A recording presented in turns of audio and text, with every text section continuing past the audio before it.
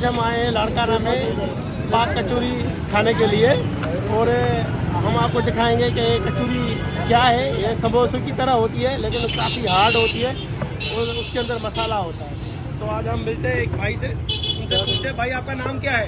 साजिद चांजू। साजिद चांजू। अच्छा, ये कचौरी आप कितने टाइम से कर रहे हैं?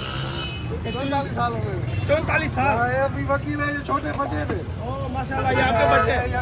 तो अभी तक आते हैं। ये इनके बेटे हैं, वकील बन गए इस कचौरी से।